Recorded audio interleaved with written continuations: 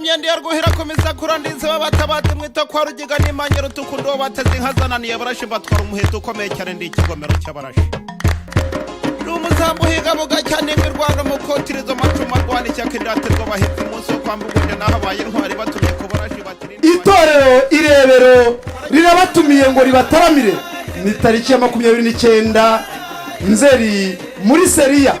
Bonjour à tous et à toutes, je vous invite à notre concert qui aura lieu le 29 septembre.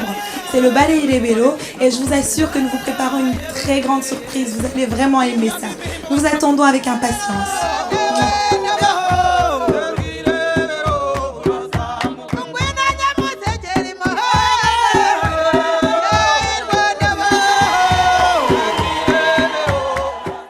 Ngiyo tariki 29 z'ukwa cyenda. Erega twaje itorero irebero twahasesekaye bitarabaho. Ntimuzacikwe, niba ukunda imbyino, niba ukunda guhamiriza, niba ukunda ikinimba, ngaho twaje twahasesekaye murakagira Imana.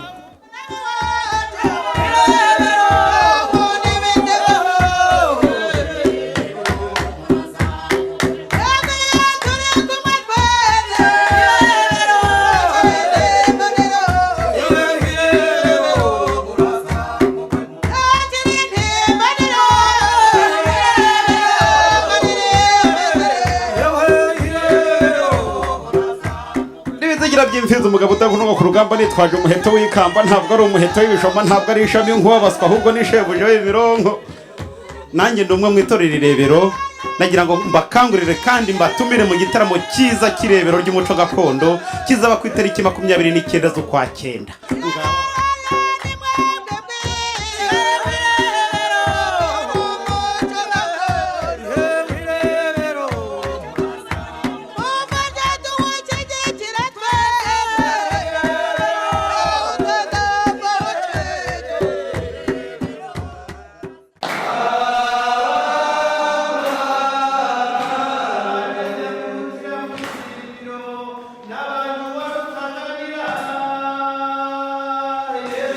Allemaal, ik ben Lies. Ik ben Valia.